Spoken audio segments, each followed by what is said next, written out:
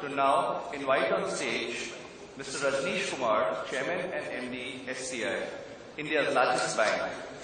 With over close to 4 decades of rich experience in the Indian banking space in the areas of large credit, project finance, foreign exchange, and retail banking, Mr. Kumar, who joined SCI in 1980, has virtually handled every department of the bank. Prior to becoming Chairman and MD in SCI, he was MD and CEO of SCI Capital. Can I invite on stage Mr. Rajnish Kumar, please?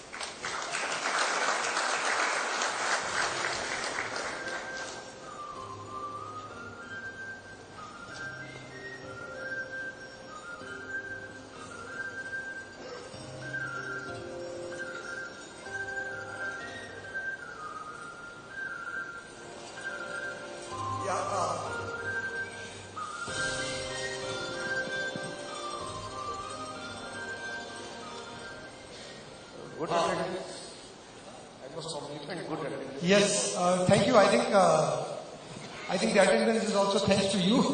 So I want to start off by really thanking you from the bottom of our hearts. You are always busy.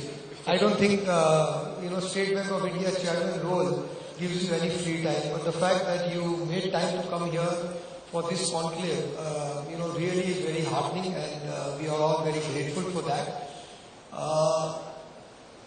We had originally wanted a keynote address from you, but Mr. Kumar has said he is more comfortable in a Q&A kind of a conversation, because I've seen, I think you've always been very frank, candid, also very open to talking. So I think maybe an interactive, I would say, with you talking a lot more and hopefully me just providing a few prompts for our audience to get your views and your observations, because I think the last couple of years since you have taken over State Bank have been truly very eventful years. India is always eventful, but even by Indian standards, the last 2 years have been the most eventful. And State Bank of India has been the center stage, whether it's on NPA getting resolved, whether it's on IBC, whether it's on NBFC. I remember when the NBFC crisis just started, I think you were the first one to come on television, and they said that we are happy to buy asset portfolios from NBFC. And that statement by itself restored so much calm and confidence to the market that it was amazing to watch what even any small, not only an action, but a statement from State Bank of India and from you can do. So I think you've been center stage on that. So I want to just start off by just asking you to share your observations on what you have seen in the last 2 years, but also what you see going forward. So can I request Mr. Sunil Srivastava from Edelweiss Group also to kindly be on the stage with us? Thank you.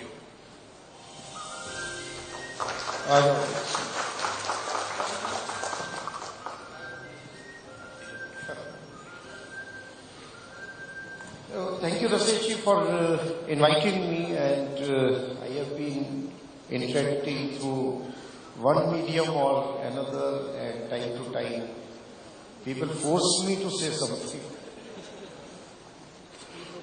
And there is no doubt that State Bank of India, being the largest bank in the country, it has a leadership role to play, and it is a leadership role thrust on the State Bank of India. We can't avoid it, and we accept this challenge and try to do the best, which is not only in the interest of the banking industry but the economy. How much we succeed, I can't say, but effort is always very sincere.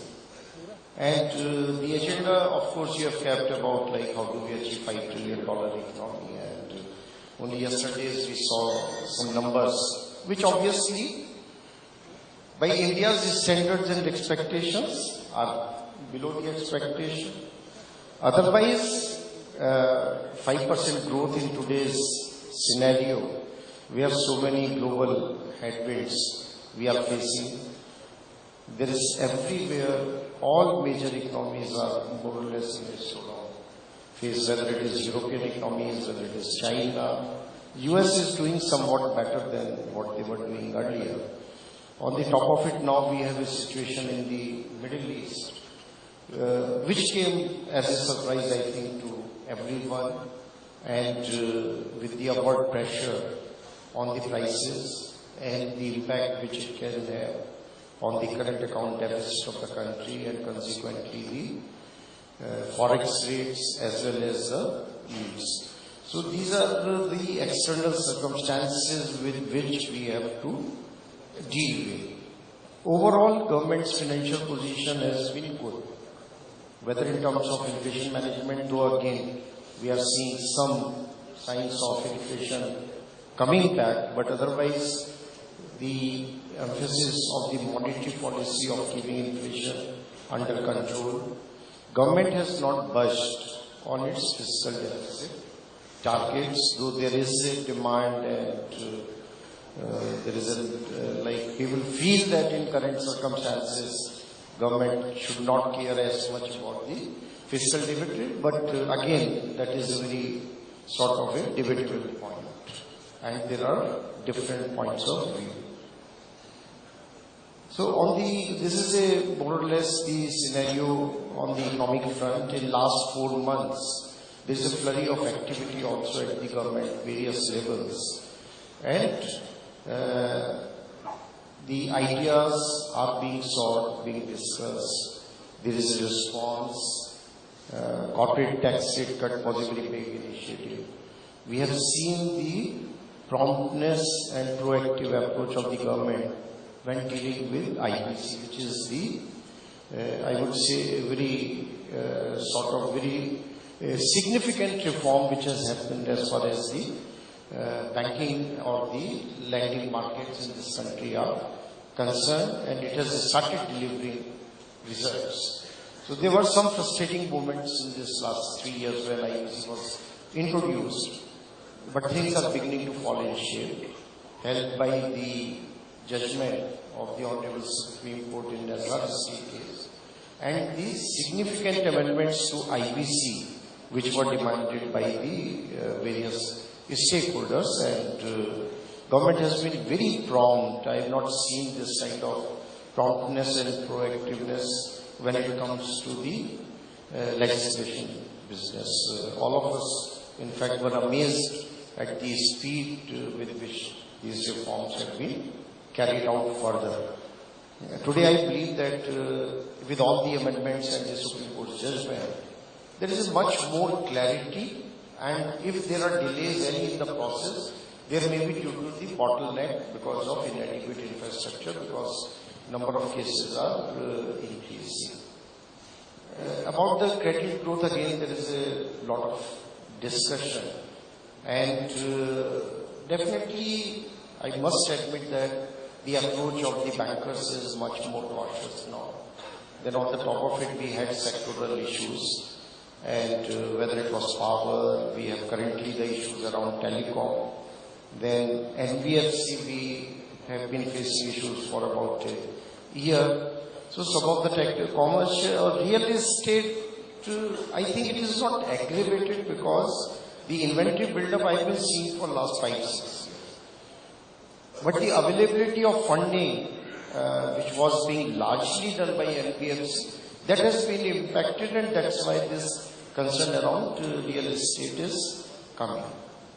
So when I talk to people around, when I discuss with the people from industry or from NBFC sector, so everyone says that situation is better than what it was in August, September. So that is the feedback which is coming from the ground. And lending also, the system is having excess liquidity. There is no doubt about it. Current liquidity is almost 4 lakh crore, which is unprecedented. And the demand side, what I am finding, one, that the utilization of the working capital limits is quite low. But in last years, last 3 months, first 6 months State Bank, we were negative. in terms of credit growth by TD, but that is also a very sort of a normal thing. Every year that happens. And October, November, December, all the 3 months we had a positive credit growth. Means credit were higher than the deposits. So this is the trend which is discernible, but when I look at the YOI number for the State Bank of India, our growth has come down to about 5% domestic. International book has grown to about 7%. So there is a ECB has increased. When we talk about your sector, NBFC, I think it is more to do with your borrowings from the mutual fund rather than the banking system. And RBI has created so many enablers, government has created enablers around partial credit guarantee scheme. Then we have on-lending guidelines which came in about 4 months back. Just 1 month prior to that, the guidelines on co-lending came. So in terms of, if you ask me the enabling environment, availability of liquidity or the policy framework, I don't think there is nothing or there is anything more to ask for.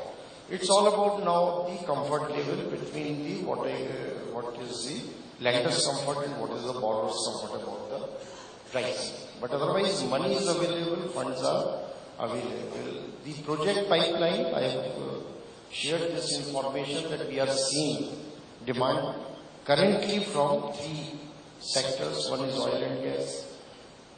City gas projects, quite a few are there.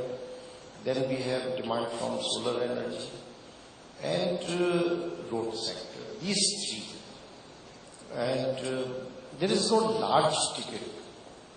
Last year we did 2 very large transactions, but so far there is no large transaction. The capital position of banks is now, I think, comfortable. And banking system is in a position to lend, and performance is improved. These 2 quarters will definitely be very good quarters. There is no doubt about it. And you are also beneficiary of that. And banking system as a whole. The recovery now, the cycle in terms of recognition, 2018 we had the peak.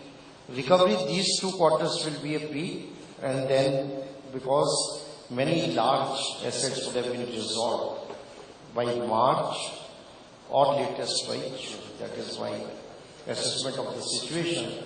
So in such a scenario, the wait for resolution, which used to be 5 years plus, that period has come down and will come down.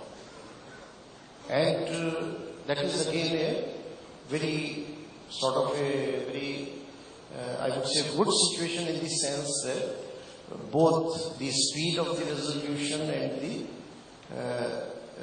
recovery, both will improve. That is the assessment I had. So I think the conditions are in a way right. There are a couple of issues around, like how do you fix the execution around GST, that I keep on hearing that many businesses, not all, some of the organized sector I think is not very comfortable with the GST. Unorganized sector is still finding it a bit difficult to handle the situation. And the rest, I think we will have to wait what happens in budget to give further impetus to the growth. But the another thing which we should not ignore is that what is happening on the technology and digitization front. So we are amongst the leaders. We are not lagging here. We have a fantastic digital infrastructure which has become a talking point across the world. The payment infrastructure which India has created, the Aadhaar. So digital stack, which is a very fine example of, again, where it has been created under some sort of a public-private partnership, common infrastructure. Government has created that infrastructure, and then private sector participants can take full benefit out of it. So that leadership again, or at least, if not the leadership, but any innovation, even last 1.5 days, yesterday before, we had a fintech engagement program for our board. And the fintech presentations, they were so impressive and exciting. And so much is happening in India and or under the leadership of India. Even if development is happening in Silicon Valley, but they are largely being led by Indians. Everywhere you will find that Indians are driving. So it is a very, in my view, positive sign, and it will help us in improving the productivity across the sectors. And that productivity gain itself will start a virtuous cycle as far as the investment grows. And finally, on the foreign investors' point of view, you have again, I think I was hearing you. So FDI has grown, and foreign investors are bullish on India. It is on the other side, in India, the businesses are taking their own time to adjust to the new ways of doing. So these are some of my opening remarks. Whatever you want to ask. So Rajnish, in fact, you have answered most of the questions that we had. But that speaks volume about your experience of 40 years plus in the banking industry. But everybody is talking about the economy going slow, and every economist worth his salt talking about changes in the fiscal policy or the monetary policy. It has remained undecided. But one thing they have in common is that the government needs to do something urgently to fix the banking system. At the end of affairs of the banking sector in this country, and with your past experience, what 3 things would you like, or 3 measures would you like to be initiated, or would you wish for the banking sector to regain its confidence and regain its vigor? So as far as the banking sector is concerned, as I said, that is still about now 60% is still with the public sector banks. And private sector banks, most of them, they are doing well. So, for the banking sector to function efficiently or do the intermediation efficiently, one is that lot of reforms in public sector we will have to carry out ourselves. Nobody can do that reform. Even if the ownership is with the government, so it is not that the Secretary DFS will come and reform. So reform process we have to initiate, and the entire decision-making process in the public sector banks, I think it is undergoing a change. The government has a very, through a program called Manthan, and it is almost about 2.5 years back, that we came out with an agenda which is called Ease Agenda. And it's a very sort of way, I would say, multiple actions on multiple fronts. So one is, what I need is the capital. The banking system has to capitalize. The banks which are under PCA, they have to come out quickly of the PCA framework. And the regulatory environment, I think the policies from Reserve Bank of India or other regulators, they do have a huge impact on the banking system.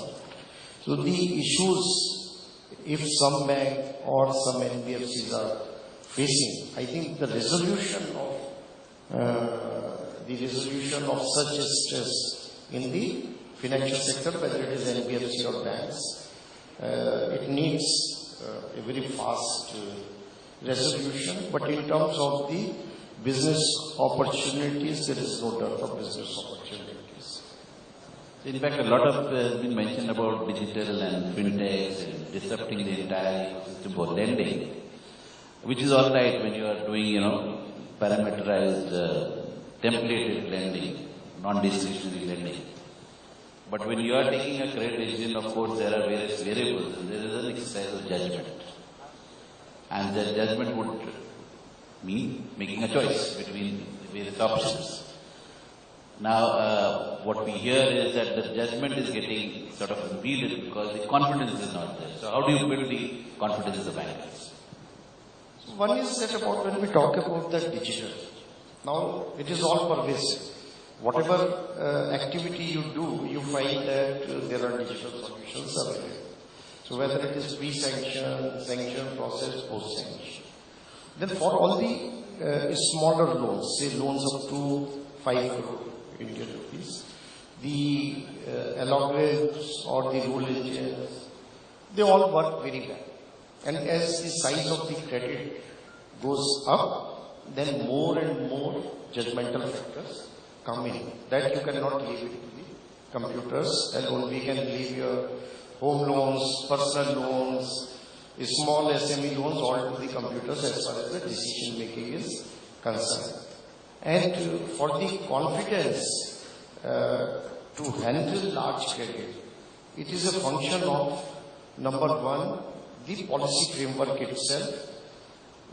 Overall regulatory will always be on the top, and then the banks, their capability, and capability gets created by having a very high skill level. That is a must. Continuously the skill upgradation has to happen. Second is, as I said, that a very clear laid down policy framework which leaves little scope for discussions. Discussions are unavoidable, but I think more and more we should, or I can say from a statement, that whenever there are situations we try to address it through the policy framework. So individuals' discussion, they don't play as much role, and then tomorrow individual can become accountable. So we are trying to remove that through changes in policy wherever warranted, and then adhere to those policies. And third is, as I said, about the continuous training and incentivization. There was a time when you and I joined the bank. So to work in the credit department was a matter of pride. We were all fighting for it that if you have not posted us in credit department in the State Bank of India, you are not valuing us well. That was but not anymore. So we have to prod people to opt for coming in the credit roles. Now I'm thinking, how do I incentivize more? So this is a challenge which I think most of the banks who are actually corporate banks, reassuring that they are facing this account. And again, the highest, we also need to have a very, very clear policy around the accountability aspect. So you highlighted that is something where very important. I think in the last 25 years, I started my career in ICICI, also doing credit and all. I think we all moved away from credit analysis to equity analysis. And equity analysis is more about optimism and growth and earnings and all, while credit needs a little bit of skepticism and, all the assumptions have to be stress tested on cash flows and all. We are at a stage where we think that every equity analyst should first be a credit analyst and then become an equity analyst even in the, because for a good credit analyst, you don't need to be an equity analyst, but to be a good equity analyst nowadays, you need to understand credit and how credit works. The last question I have is, as we look at the growth of India in credit markets, I think we have been a very bank-driven kind of a credit structure up till now, but most of the people believe that we will need bank market and bond market, and they both will have to be complementing each other as we go forward. Since the resources are still with banks and all the household savings come into banks, banks will have to be a key catalyst in getting the bond market done. I don't think it can be only insurance companies or mutual funds. So from your, the State Bank is, even today almost a third of the banking sector in India. So how do banks become catalysts in the bond market, and what can we do to get bond market started with active participation of the banks? I think one is all about, there have been so many committees by Reserve Bank of India, n number of committees that how do we deepen the bond markets, where the regulatory framework also, where market mechanism that has been made compulsory for the large corporates. So that is to augment the supply of the paper. But the fact is that market is very illiquid, and particularly for the corporate bonds. And unless the market is very liquid and there are players, overseas you would have seen that all type of bonds you can sell. There is a big market even for junk bonds. In India, we have still that AAA, or there is a huge restriction on insurance companies. They can't invest below AAA. So in such a market, where will we have a supply of AAA? That itself, I think, is a major concern. And depending upon the risk appetite, I think we need all ratings. So we need supply, and again, there has to be an attraction. I think in many things, just a push by the regulators doesn't work. So still corporates feel comfortable in coming for bilateral loans rather than going for the bond market. And now, unfortunately, in the last 12 or 15 months, whatever has happened around the rating agencies, their own mechanisms coming under question. So it has had I think it has impacted adversely. But unless there is a liquidity, enough number of buyers more than the suppliers. But first we need lot of buyers in the market. Till such time you are not able to have a very liquid bond market, it is proving to be a damper. We feel we can go on and on. And I said the last question, but I think just a final word. Because banks starting to deliver credit will be the precursor to growth coming back to India. Banks giving credit, because banks have become slightly more risk-averse, especially on the wholesale side. What do you think, as you look at the next year, what will it take for bank credit to start flowing very smoothly again? Is it just confidence?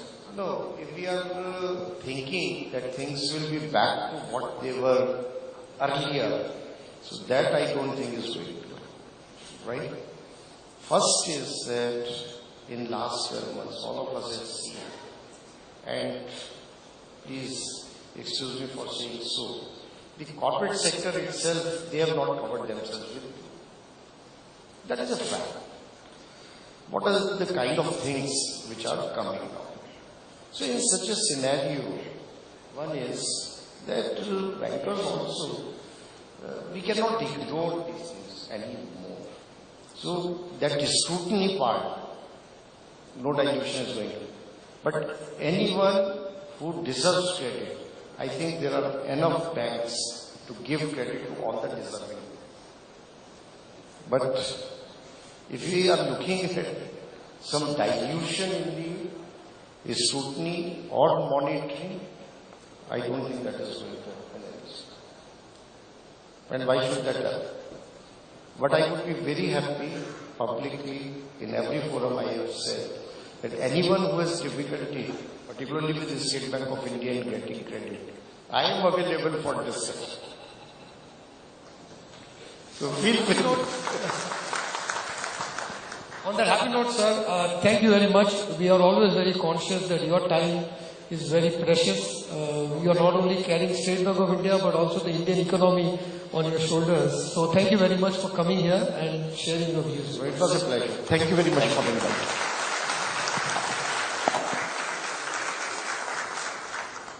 Can I now please request Ashish sir to give Mr. Rajnish a small token of appreciation. Can you take a picture, please? Sunil sir, please.